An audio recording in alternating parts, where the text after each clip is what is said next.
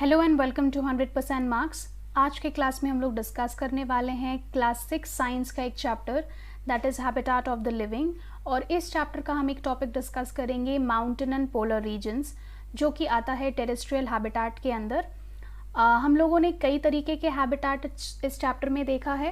Habitat जो कि या तो ज़मीन पर पाए जाते हैं या तो वाटर बॉडीज़ के ऊपर पाए जाते हैं। तो जो ज़मीन पर पाए जाने वाले हैबिटेट होते हैं उनको हम लोग टेरेस्ट्रियल हैबिटेट कहते हैं, और जो पानी वाले जगह पर वाटर बॉडीज़ में पाए जाने वाले हैबिटेट होते हैं उनको हम एक्वेटिक हैबिटेट कहते हैं। तो टेरेस्ट्रियल हैबिटेट का ही एक एग्जांपल हम लोग आज के क्लास में डिस्कस करेंगे, that is mountain and polar reason.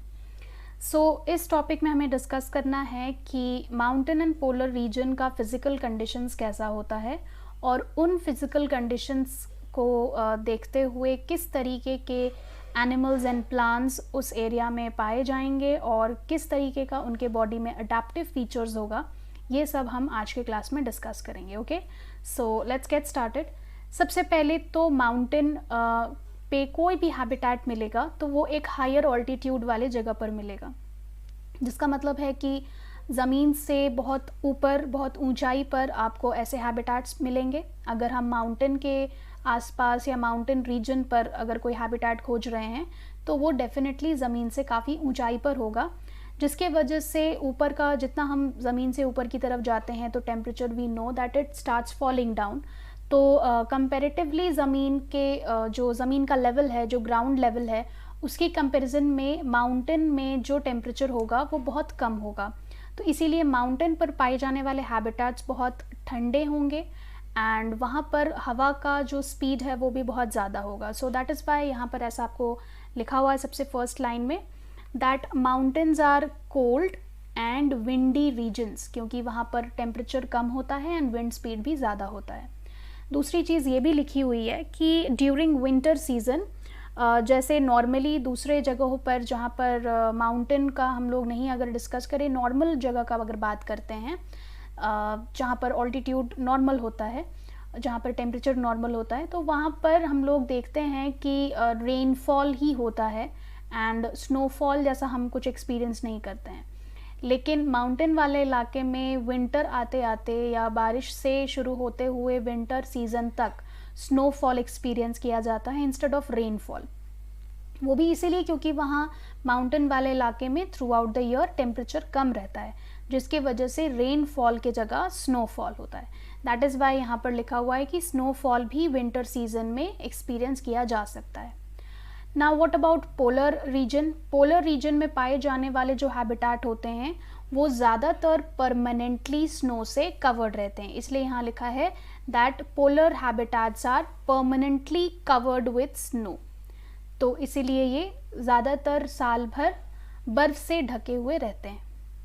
अब इस तरीके के एक्सट्रीम कंडीशंस में किस तरीके का प्लांट एंड एनिमल ड्वेल कर पाएगा, सरवाइव कर पाएगा, उनके पास किस तरीके के अडेप्टिव फीचर्स होंगे जो उनको इतने एक्सट्रीम कंडीशन में भी सरवाइव करने में मदद कर रहे हैं, उन चीज़ों के बारे में अब हम लोग को आगे के पैराग्राफ्स में पढ़ना है। Okay, so let us first start with what kinds of trees are growing on these kinds of areas and what sort of adaptive features do these trees and plants have.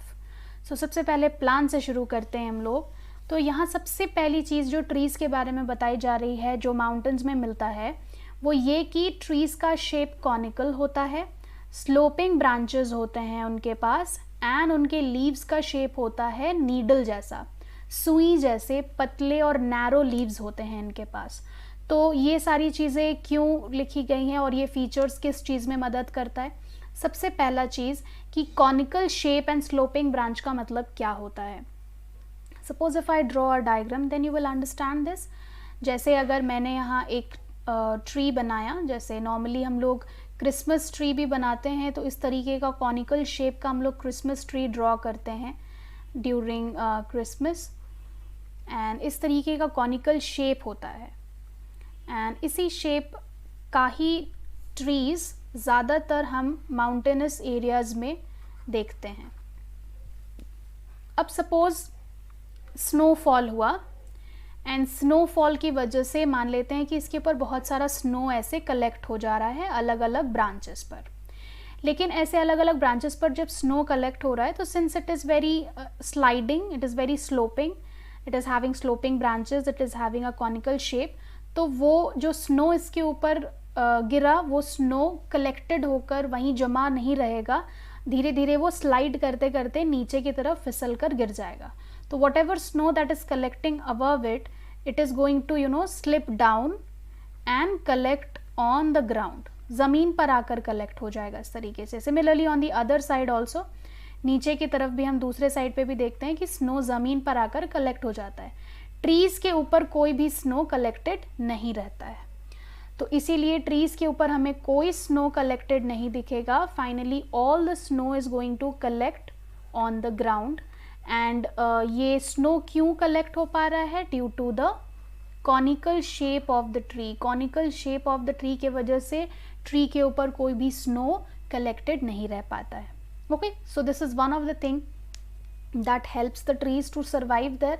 क्योंकि अगर बर्फ़ जमा रहेगा तो trees के जो leaves हैं, branches हैं, वो धीरे धीरे सड़ना शुरू करेंगे. तो उस चीज़ को प्रिवेंट करना है, किसी भी तरीके से रोकना है, तो इसीलिए इनका जो शेप है वो कॉनिकल शेप अक्वायर हो जाता है. जैसे जैसे प्लांट बड़ा होता है तो वो एक कॉनिकल शेप ही पकड़ लेता है, कॉनिकल शेप में आना शुरू कर देता है. ठीक है, नेक्स्ट यहाँ लीव्स के बारे में बोला गया था कि लीव्स जो हैं वो नीडल शेप्ड होते हैं. तो नीडल शेप्ड होने से, नैरो लीव्स होने से फ़ायदा ये है कि कम पानी लूज़ होता है ड्यूरिंग ट्रांसपिरेशन. जब भी ट्रांसपिरेशन होगा तो ज़्यादा वाटर लूज़ नहीं होगा, जिसके वजह से ऐसे ड्राई कंडीशंस पर जहाँ पर पानी भी अगर अवेलेबल है तो जमा हुआ फॉर्म में है, वो स्नो के फॉर्म में है. एंड वो स्नो जब तक गलेगा नहीं, मेल्ट नहीं होगा, तो जो नॉर्मल पानी का लिक्विड फॉर्म है वो ट्रीज़ को नहीं अवेलेबल हो पाएगा. और स्नो बहुत जल्दी पिघलता नहीं है, स्नो जल्दी पिघलता नहीं है माउंटेन वाले इलाके में या पोलर हैबिटेट्स में, क्योंकि वहाँ temperature through out the year बहुत कम रहता है. सो इसी के वजह से हम लोग ये देखते हैं कि जो लीव्स हैं ट्रीज़ के वो नीडल शेप्ड होते हैं, इसीलिए क्योंकि उन्हें कम से कम पानी का लॉस करना होता है, उन्हें पानी बचा कर रखना है. इसीलिए जब भी पानी की कमी होती है ड्यूरिंग एक्सट्रीम विंटर कंडीशन, जब पूरी तरीके से सब कुछ स्नो से कवर्ड है और स्नो पिघलने का कोई चांस नहीं है, ज़्यादा दिनों तक स्नोई एरिया जैसा रहेगा सब कुछ और स्नो से सब कुछ कवर्ड रहेगा, और बहुत जल्दी अगर मान लीजिए स्नो पिघलने का कोई उपाय नहीं है, तो उस टाइम पर अपने बॉडी में प्रेजेंट बचे हुए वाटर का इस्तेमाल करता है ये सब ट्रीज़ जो माउंटेन या पोलर हैबिटेट्स में पाए जाते हैं. और अगर नीडल शेप्ड लीव्स नहीं होता तो नॉर्मल ट्रांसपिरेशन होता और बहुत जल्दी वाटर जो है जो प्रेजेंट है ट्रीज़ के अंदर वो बहुत जल्दी बाहर निकल जाता, रिलीज़ हो जाता. तो इसीलिए ऐसा ना हो और पूरा ज़्यादा से ज़्यादा वाटर लॉस ना हो, उसको रोकने के लिए नीडल शेप्ड लीव्स होता है ट्रीज़ में. Okay, so that was all about trees that we see here in this point. Let us read about the next point जो कि आपको कुछ और बताएगा ट्रीज़ एंड प्लांट्स के बारे में. Okay, so we come up to the next page एंड यहाँ पर हम लोग नेक्स्ट पॉइंट के बारे में डिस्कस करेंगे कि यहाँ जो भी रीजन है वो ज़्यादातर तो हम जानते हैं कि वो बर्फ़ से कवर्ड रहता है.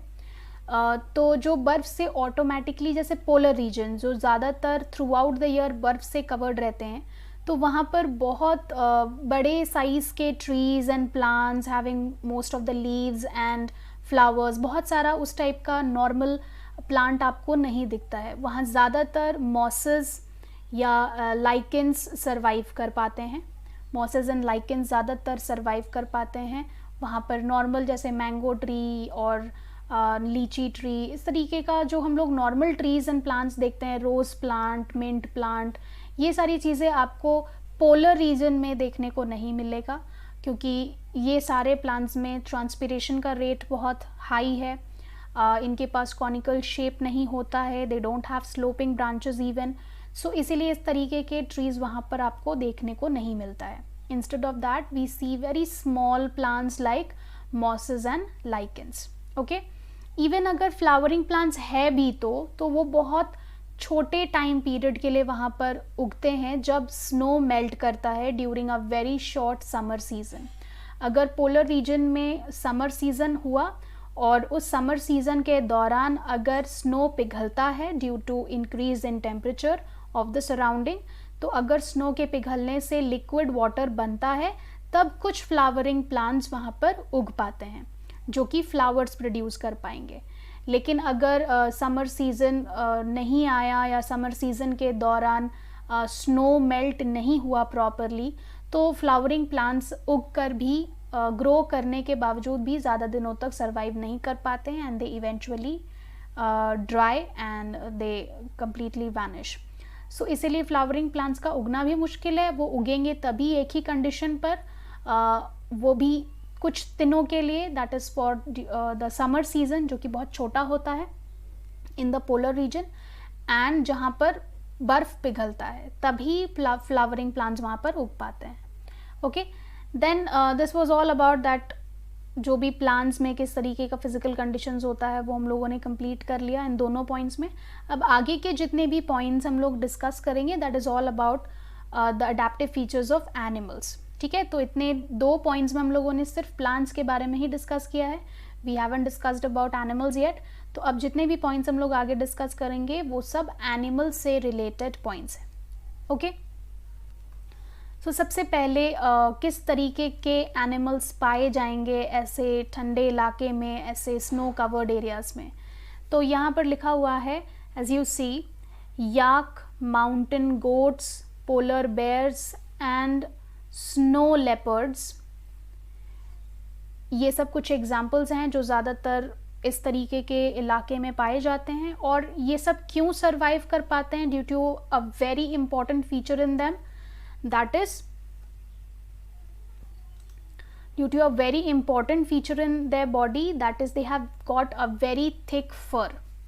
ठीक है, तो बहुत ही थिक फर होता है उनके बॉडी में, बहुत थिक हेयर होता है उनके बॉडी में, जो कि बॉडी का हीट बॉडी से बाहर निकलने नहीं देता है।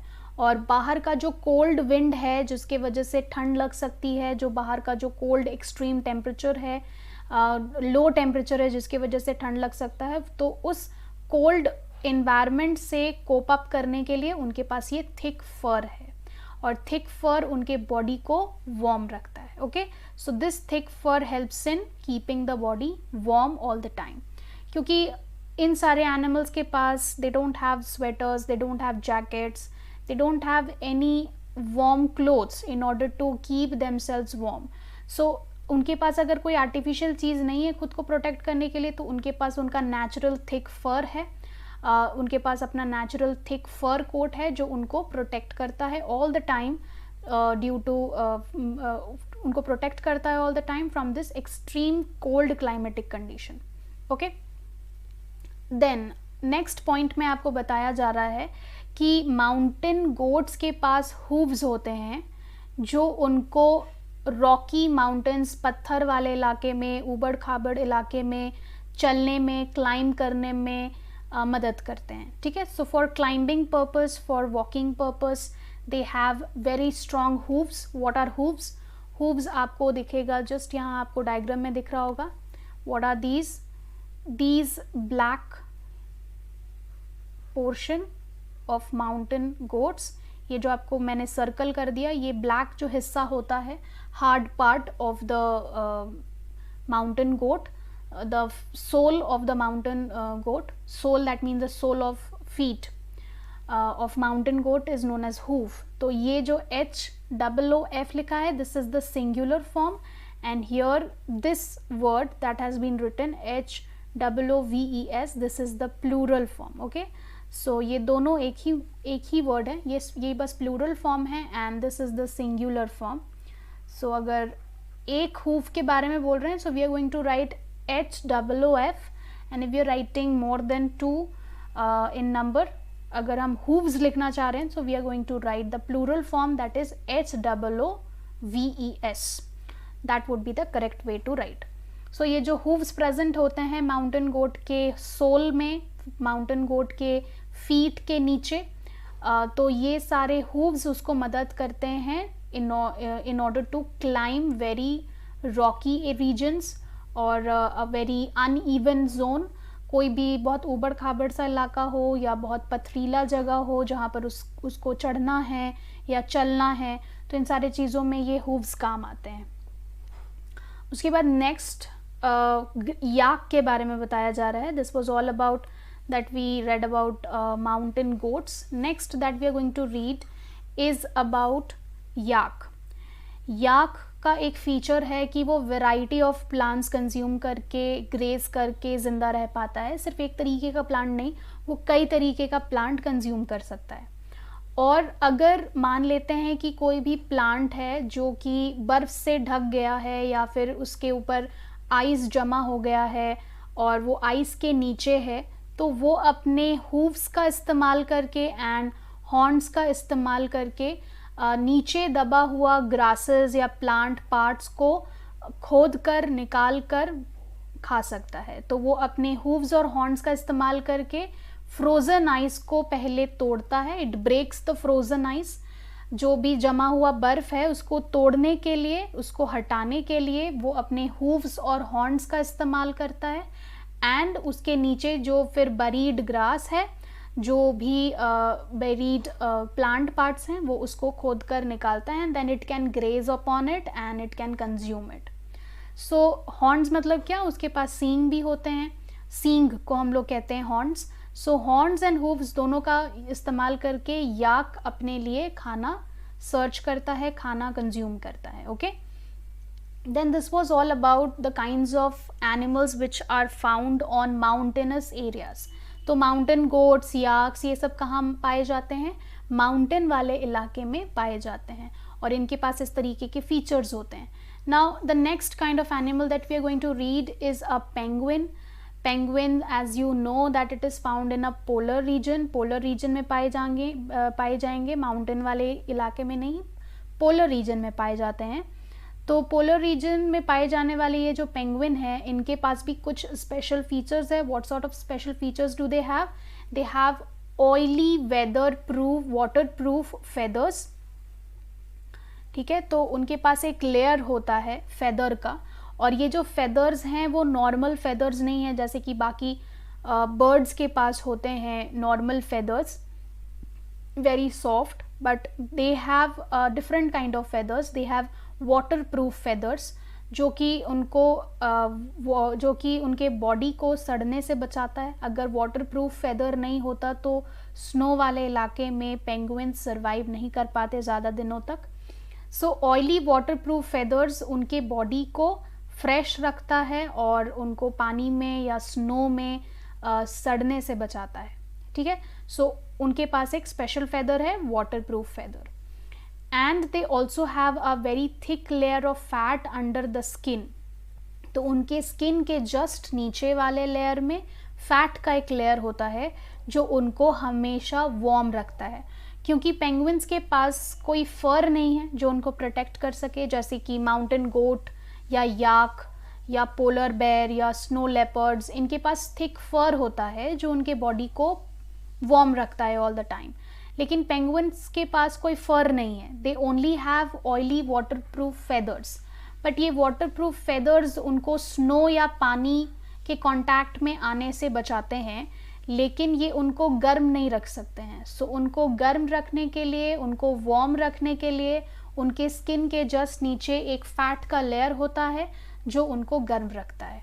ठीक है, एंड ये फैट का काम सिर्फ उनको गर्म रखना नहीं है, as we have also read about fats in the second chapter, कि फैट्स एक ऐसा न्यूट्रिएंट के कैटेगरी में आता है, वो एक एनर्जी गिविंग न्यूट्रिएंट है और एक स्टोर हाउस ऑफ एनर्जी है जो तब हम यूज़ कर पाएंगे जब हमारे बॉडी में खाने की कमी हो जाती है, तो फिर हम अपने बॉडी के फैट्स का यूज़ करते हैं।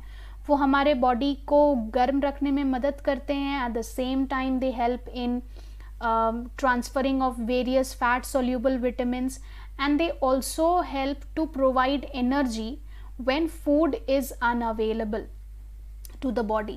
So इसीलिए सिर्फ हमारे बॉडी में ये चीज़ नहीं है कि फ़ैट का फंक्शन सिर्फ हमारे बॉडी में ही ऐसा है, ऐसा बात नहीं है।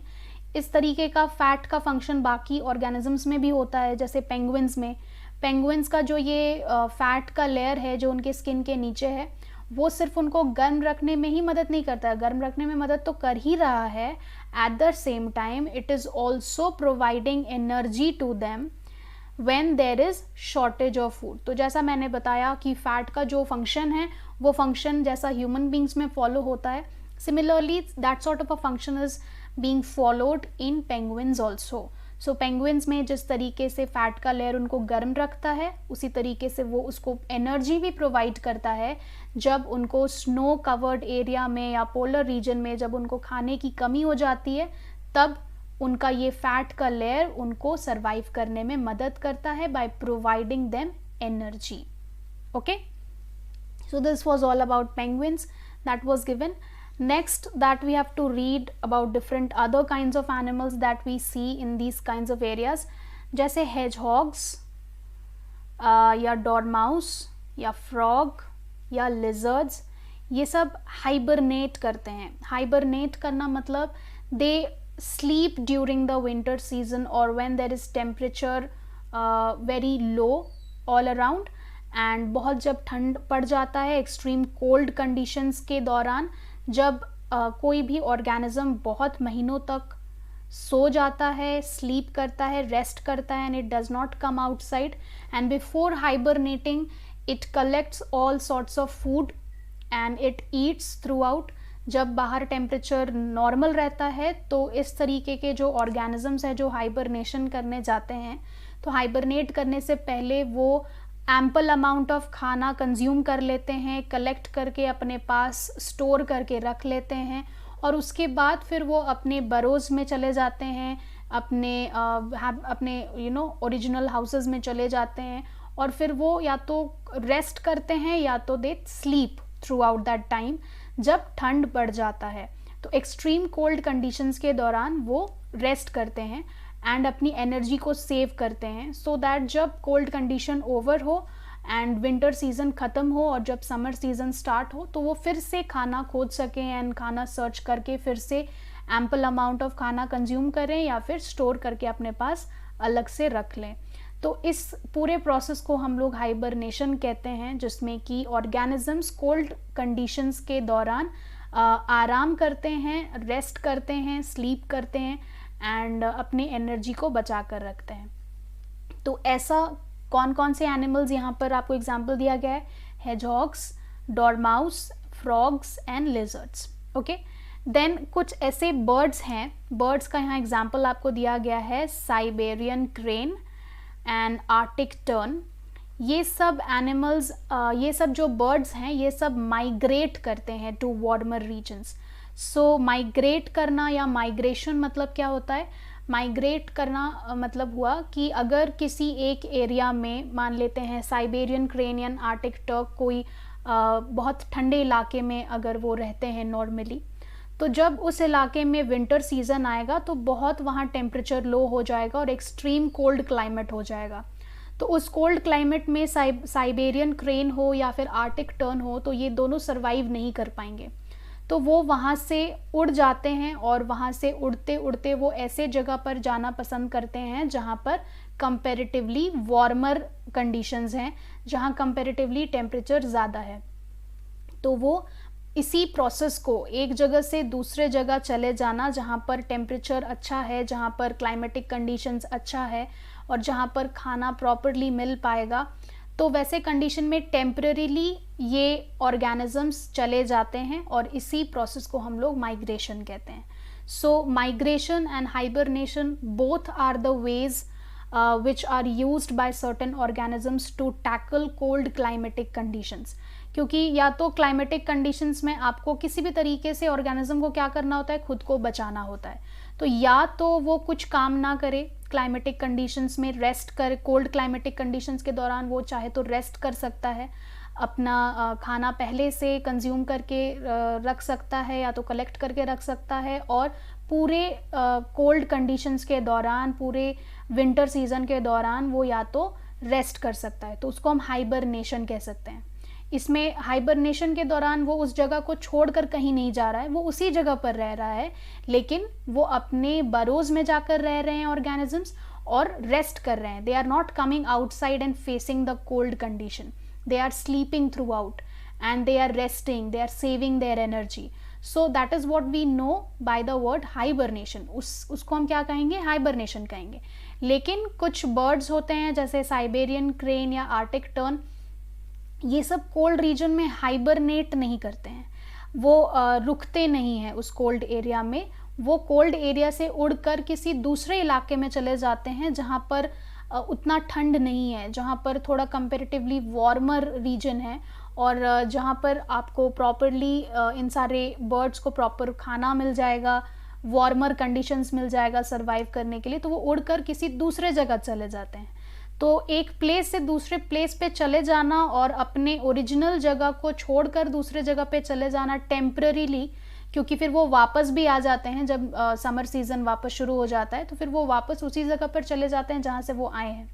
तो ये जो टेम्पररीली जाना, टेम्पररीली कुछ टाइम के लिए एक जगह से दूसरे जगह चले जाते हैं क्योंकि क्लाइमेटिक कंडीशंस अपने ओरिजिनल प्लेस पर उनका ख़राब हो जाता है, तो उस चीज़ से खुद को प्रोटेक्ट करने के लिए जब वो किसी वार्मर रीजन में चले जाएंगे तो उसको हम माइग्रेशन कहेंगे. ओके, सो अगर आपको एग्जांपल्स पूछा जाता है that name a few organisms which are found in very cold areas which hibernate, then you can give these examples such as hedgehogs, dormouse, frogs, lizards, etc.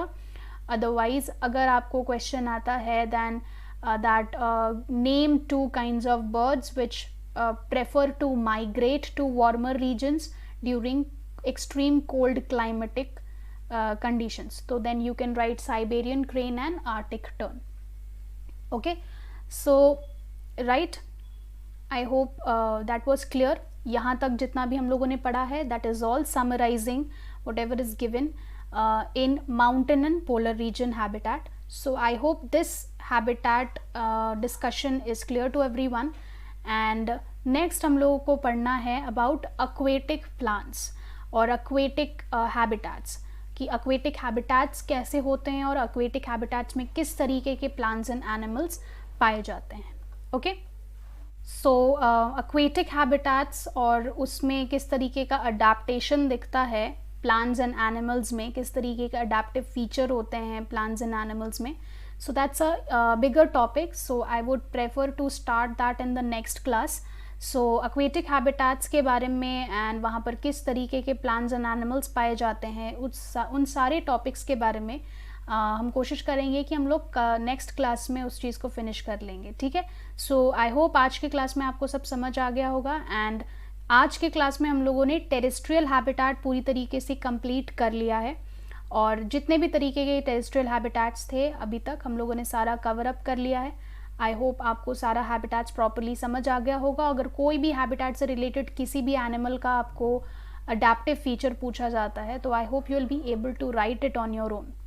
Okay, जैसे camel का adaptive feature पूछा जाए कि desert वाले इलाके में camel कैसे survive करता है, उसके पास किस तरीके के अडेप्टिव फीचर्स होते हैं, तो आप उसके लिए कह सकते हैं कि उसके पास लॉन्ग लेग्स होता है, then it has a hump which stores fat, then it urinates very less, it does not sweat in order to prevent water loss from its body.